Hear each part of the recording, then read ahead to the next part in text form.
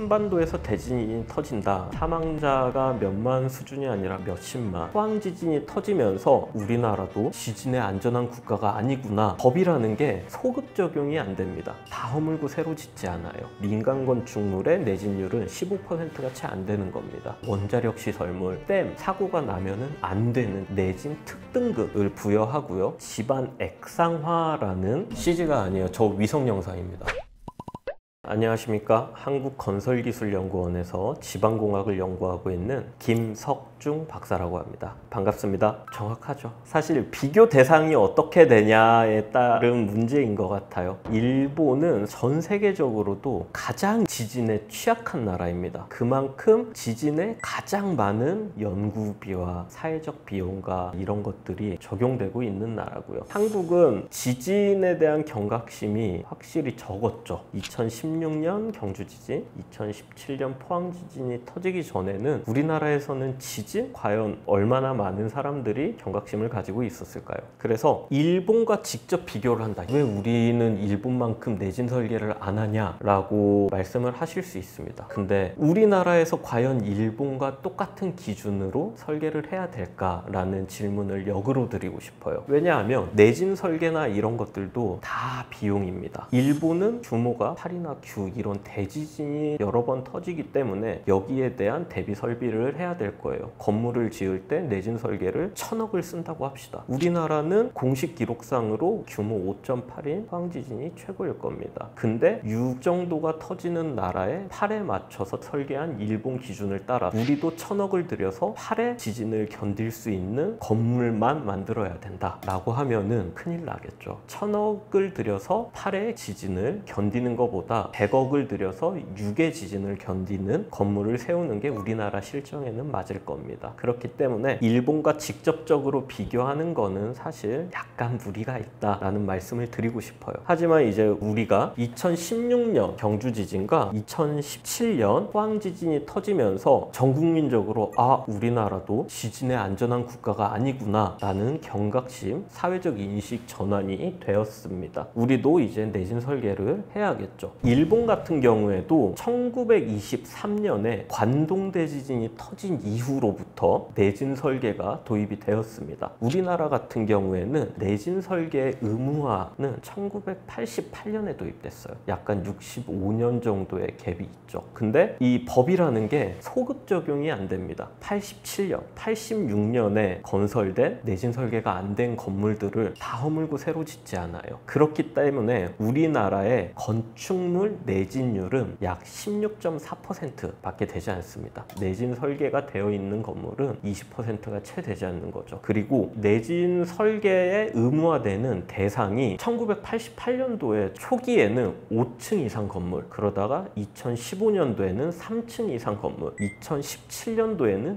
2층 이상 건물은 무조건 내진 설계가 돼야 된다라고 변경이 됐습니다. 그러니까 2017년도 이후에 지어진 2층 이상의 건축물들은 내진 설계가 의무화되고 있는 거예요. 그리고 우리나라의 건축물 중에 약 97%가 5층 이하 건축물들입니다. 근데 내진 설계도 아마 민간 중소규모 건축물에는 의무적으로 적용되지 않을 거예요. 그렇기 때문에 내진율이 20%가 채 되지 않으면서도 그 와중에 공공건축물의 내진율은 한 22.5% 정도 되는데 민간 건축물의 내진율은 15%가 채 안 되는 겁니다. 그러니까 건축주 입장에서는 의무가 아닌데 수십억이 드는 공사비를 추가적으로 부담하지 않으려고 하는 게 어떻게 보면 당연한 거죠. 그래서 우리나라에서 16년도 경주지진, 17년도 포항지진이 발생했을 때 피해가 컸던 건축물의 유형을 보면은 벽돌식 건물, 조적식 건물이라고 하죠. 조적식 공동주택이나 필로티 구조물의 피해가 특히 집중된 이유가 있습니다. 그런 가정이 굉장히 무섭죠. 일단 한반도에서 대지진이 터진다라고 하면은 최근에 대지진이 났던 다른 나라 피해 규모들을 한번 보시죠. 2011년 동일본 대지진 정말 엄청난 지진이었죠. 규모 기준으로 9.1의 지진이 터졌습니다. 그때 내진 설계를 그렇게 열심히 하고 강하게 하는 일본임에도 불구하고 사망자가 2만 명, 재산 피해가 2,200억 달러입니다. 거의 200조 원에 달하는 돈이죠. 그리고 더 최악의 경우는 얼마 전입니다. 23년에 튀르키예에서 지진이 지진이 났습니다. 규모가 7.8 정도였다고 하는데 사망자가 58,000명입니다. 거의 6만 명에 달하는 사람이 죽었습니다. 근데 튀르키예 지진에서 굉장히 화제가 된 도시 하나가 있습니다. 튀르키예의 에르진 시의 사례인데요. 에르진 시는 이런 대규모 지진이 터졌는데도 보고된 인명피해가 없습니다. 그 이유가 뭐냐면 이 에르진 시의 시장이 시장으로 부임을 하고 굉장히 큰 반발이 있었음에도 불구하고 내진 설계가 되지 않은 불법 건축물들을 전적으로 막았다고 합니다. 그러니까 시장 부임 이후로 내진 설계를 이 도시는 정말 철저히 한 거죠. 그렇기 때문에 대지진이 터졌음에도 나라 전체적으로 보면 6만 명에 가까운 사망자가 발생했음에도 불구하고 에르진 시의 인명피해는 거의 없었던 거죠. 이 사례가 내진 설계의 중요성을 굉장히 보여주는 사례라고 생각을 합니다. 그렇기 때문에 내진율 16% 정도 되는 지금 한반도에 대지진이 터진다라고 하면은 상상하기 힘들죠. 사망자가 몇만 수준이 아니라 몇십만이 될 수도 있지 않을까요? 내진 설계가 들어갔을 거예요. 일본에 오사카성이 있지 않습니까? 일본의 그런 성들이 지진이 워낙 많다 보니까 다 무너졌었대요. 근데 이런 오사카성이나 뭐 오사카 히메지성인가요? 그런 것들도 지금 다 관광지로 쓰고 있는 게 다 재건축을 해가지고 오사카성 안에 들어가면은 엘리베이터 설치돼 있고 재건축을 하면서 다 내진 설계들을 적용한 걸로 알고 있어요. 근데 어떻게 보면은 아이러니하게 수원 화성의 경우처럼 문화유산이냐 현대적 건축물이냐 사이에 있는 재밌는 문화유산이라고 할 수 있겠죠. 고층 빌딩 같은 경우가 되려 안전합니다. 요즘은 내진 설계나 무조건적으로 들어갑니다. 안 들어가면은 설계심의라고 하죠. 승인을 받아서 건축을 올려야 되는데 지자체의 승인이 떨어지지 않습니다. 그렇기 때문에 저희가 내진율이 떨어지는 건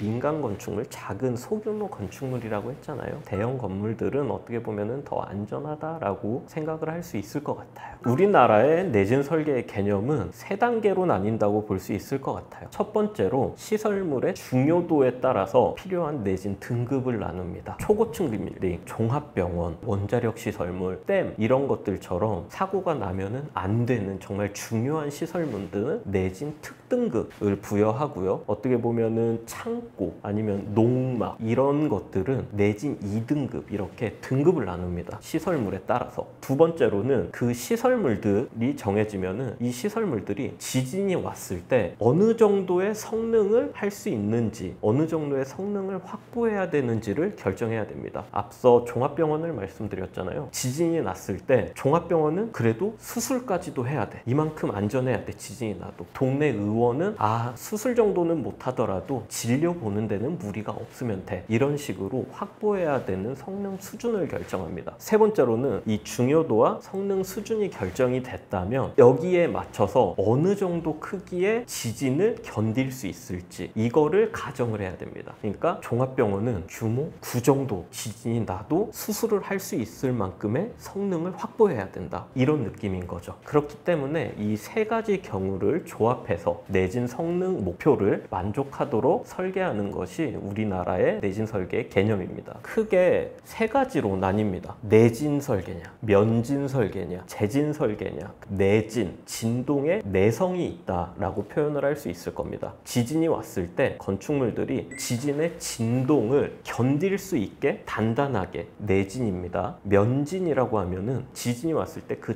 진동을 건물이 받지 않게 하는 겁니다. 그렇기 때문에 건물 하부에 댐퍼 같은 것들을 달아서 땅은 흔들리는데 그 진동이 건물까지 올라오지 않게 하는 구조물입니다. 가장 대표적인 예시로 도쿄의 스카이트리라는 건물이 있는데 그 도쿄의 스카이트리 지하층에 보면은 댐퍼들이 설치되어 있어요. 이게 면진 구조라고 하는 거고요. 이제 재진이라고 합니다. 진동이 왔을 때 건물이 진동은 받습니다. 진동은 받지만 건물이 흔들리는 거를 억제하는 게 재진 설계입니다. 대만에 가보시면은 타이페이 101 타워라는 건물이 있는데요. 전망대 건물의 꼭대기 쪽에 한 750톤인가 굉장히 큰 금속 추가 달려 있어요. 진동이 오면은 건물이 흔들리지 않습니까? 근데 추가 굉장히 무겁게 건물 위에 있어서 관성으로 흔들리는 거를 잡아주는 겁니다. 그렇기 때문에 진동이 왔을 때 건물이 흔들리는 거를 억제한다 해서 재진. 지진이 나면 어디가 위험해질까, 어디가 안전할까라는 거는 아까 내진 설계의 개념에서 시설물의 중요도에 따라 내진 등급이 나눠진다고 난다고 했었죠. 얼핏 생각하면은 원전 시설물이나 가스 저장 시설, 이런 정말 중요한 시설들이 지진이 나면 위험할 것 같습니다. 하지만 반대로 정말 위험하고 중요한 시설물들은 공공시설물입니다. 이런 공공시설물은 시설물별로 내진 등급이 높을 뿐더러 국가에서 내진 보강이나 내진 설계를 더욱더 완벽히 관리합니다. 건축물의 내진율은 한 16% 정도 된다라고 말씀을 드렸죠. 원전 시설물이나 댐이나 가스 저장 시설이나 항만이나 이런 공공시설물들의 내진율은 25년 현재 78%로 거의 80%에 육박하고요. 목표상으로는 35년도까지 공공시설물의 내진율을 100%를 달성할 목표를 세우고 있습니다. 원전 시설물이나 가스 저장 시설, 이런 중요 시설물들은 이미 100%를 달성했고요.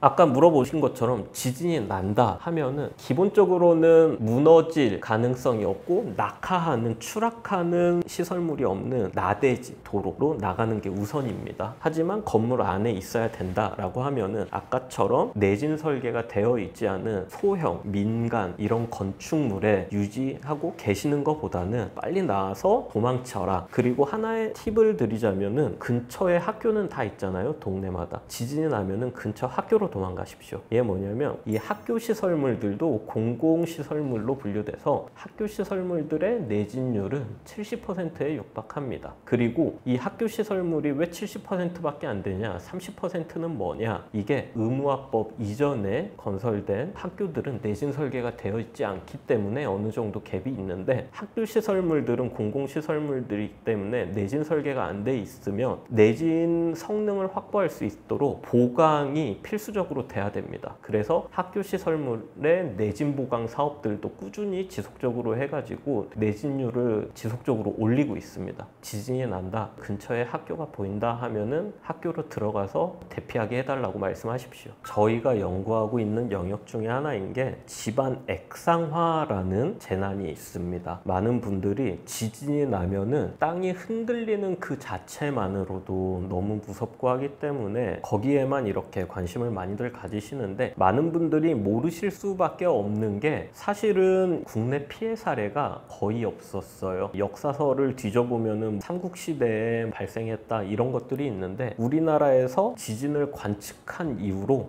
2017년도에 포항 지진이 발생했을 때 포항에서 이 액상화 현상이라는 게 처음으로 보고가 되었습니다. 집안 액상화라는 재난이 무엇이냐? 이름에서 나타나는 것처럼 땅이 물과 같은 상태가 된다. 이 액상화라는 게 느슨한 모래 집안에 지하수 같이 물이 차 있으면은 지진이 오면은 흔들리지 않습니까? 이게 땅이 물처럼 되는 현상입니다. 포항에서 처음으로 공식 보고되었는데, 피해 사진을 보면은 논에서 흙이 뿜어져 나온, 살짝 뿜어져 나온 수준입니다. 그래가지고 많은 분들이 이게 무슨 재난이나 돼, 별로 이렇게 무서운 줄 모르겠다라고 경각심을 많이들 못 가지세요. 근데 다음 영상을 봐주시면은 얼마나 무서운 재난인지를 느끼실 수 있을 겁니다.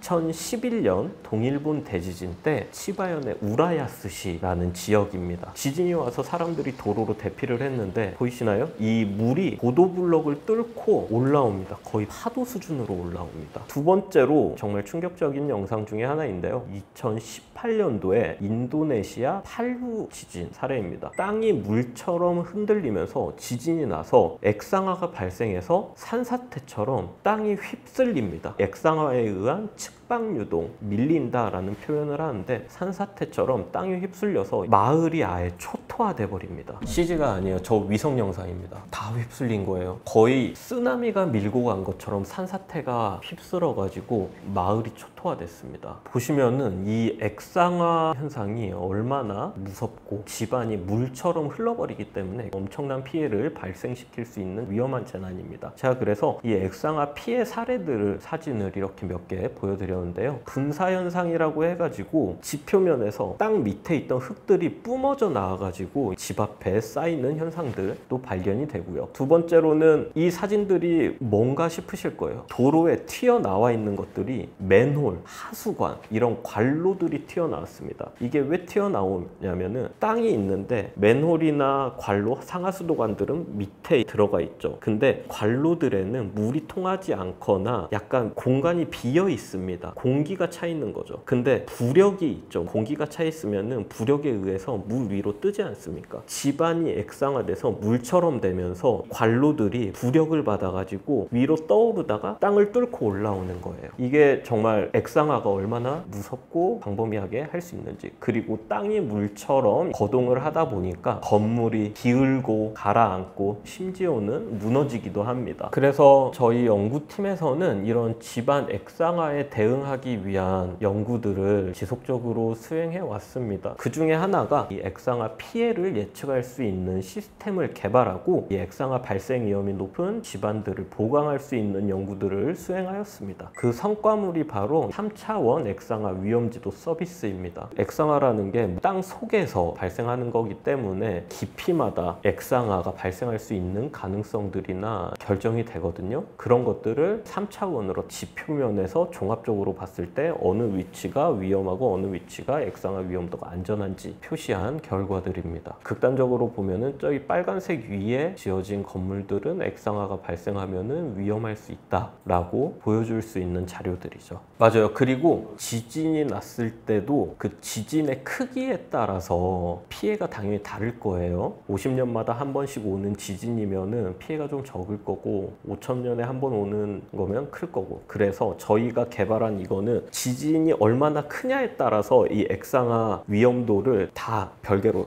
평가를 할 수가 있는 시스템입니다. 그래서 저희가 이런 시스템을 개발했는데 민간인들이 이런 정보들을 확인할 수 있느냐라고 궁금해 하셨어요. 연구 성과가 대중에 공개되는 게 어떻게 보면 우리 같은 정부 출연 연구원들의 역할이기도 하고요. 그래서 우리 연구팀에서는 액상화 위험지도 성과들을 서울시와 협업을 해가지고 대중에게 공개를 했습니다. 서울시의 그 홈페이지를 보면 공간정보 플랫폼인 S맵이라는 서비스를 제공을 하고 있는데요. 이 S맵 오픈랩에 우리가 개발한 액상화 위험지도의 서울시 버전을 탑재해가지고 대중에 공개했습니다. 그래서 궁금하신 분들은 접속하셔서 지진이 났을 때 우리 동네, 우리 지역들은 어떤지를 한번 보시면은 충분히 흥미를 가지시고 재밌게 보실 수 있을 것 같습니다. 여기에 대해서 향후 몇 년 안에 발표되고 보고될 연구 성과를 많이 기대해 주시면 좋을 것 같습니다.